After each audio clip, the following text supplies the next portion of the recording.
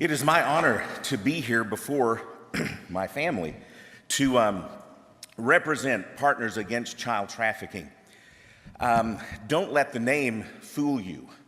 It is time, well, as a therapist, you always tell people you can't solve a problem that you will not admit that you have. And it's time that the church and our communities begin to acknowledge that we have a problem.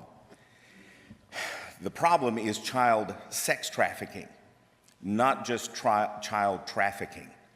And I know that hurts the sensibilities of some ears this morning, and yet it's absolutely necessary that we take the blinders off and see what's going on in the world in which God has placed us to be His ambassadors.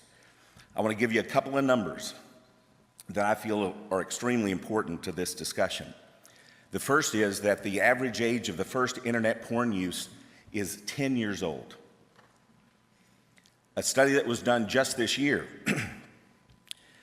reported that all men in America 19 years, between 19 and 30, so all 20-year-olds, that over 8 out of 10 were looking at hardcore pornography weekly. And that doesn't stop when they turn 30.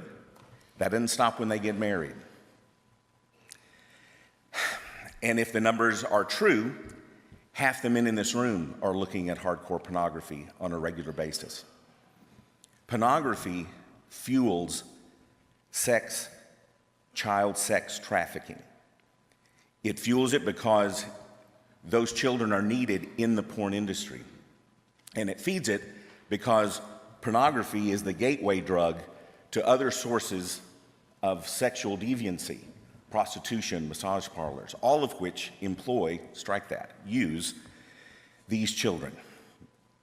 We have a problem, church. We have a problem. And it was Edmund Burke, the famous quote, that the only way for evil to succeed is for good men to do nothing. Martin Luther King Jr. also said this generation is going to have to repent not only for the vitriolic words and violent actions of the bad people, but for the appalling silence and indifference of the good people.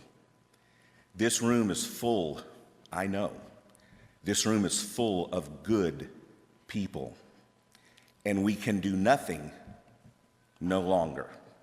PACT is out in the hallway, and I hope that you'll see the table and you'll see opportunities that you have to get involved. And I mean get involved more than simply praying. Is praying important? Without question. For the victims, for the perpetrators. We need to be praying before God for these people. But when Jesus saw the money changers in the temple, He didn't just pray that God would lead them out. He stopped, He fashioned a bullwhip, and He drove them from the temple. It is time, brothers and sisters, that we stop, fashion a bullwhip, and drive child sex trafficking from the temple. PACT will give you an opportunity to do that. I appreciate you guys. I love you guys. And thank you guys for allowing me to share.